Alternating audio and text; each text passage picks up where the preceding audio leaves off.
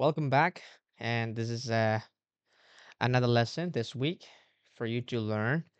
And I'm teaching you guys, the viewers, especially about uh, things that you will see, especially in movies and through podcasts too. How come is the most people use it a lot, especially in movies. So now again, this one is going beyond fluency. If you are already fluent, if you can speak English fluently, which means the words and thinkings, right, thoughts and everything is coming out easily and naturally. You don't have to push yourself to think a lot. And also with mistakes, you just still will make mistakes, and so that's how I call fluent. Here, let's go. This is beyond basically fluency. So how come? You have to understand how come sometimes it means what if, or what happens if. 答辩 or another one is how come is like basically why. So two kinds of usages. Okay. But however you use it, this one, we have to understand there's a there's a there's a don't section, you know. So let's get started. So I'm gonna click on it and scroll down here. All right, there we go. Examples here. So how come she decides to stay? The first two examples are about why. Why? Um, So how come she decides to stay? Not how come. We don't do this, okay? How come like does she decide to stay? No. How come she decides to stay? But if you want to use like why, well you can say why does she decide to stay?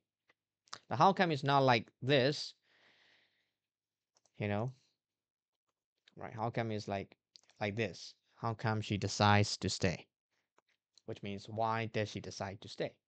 Next one is how come he didn't say anything? Why didn't he say anything? Right? This is for the similar with uh why. Another one is a how come is what if? What if you will get fired? 没有漏偷懒不漏漏.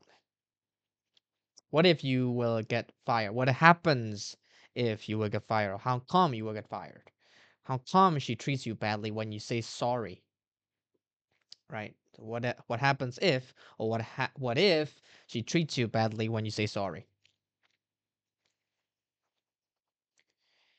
That there's a let me tell you about kind of a little short story that will help you understand better. Usually when I go to the gym to do exercises, and I usually ride a bicycle, because I it makes me it's kind of is a kind of exercise too, right? Riding a bicycle. So I go to the gym by bike, and when I go to the gym, my wife always says that to take an umbrella, and if I don't want to take it, it's I have to hold the handlebar, and then I it's not okay, right, to to hold an umbrella while I'm riding a bike.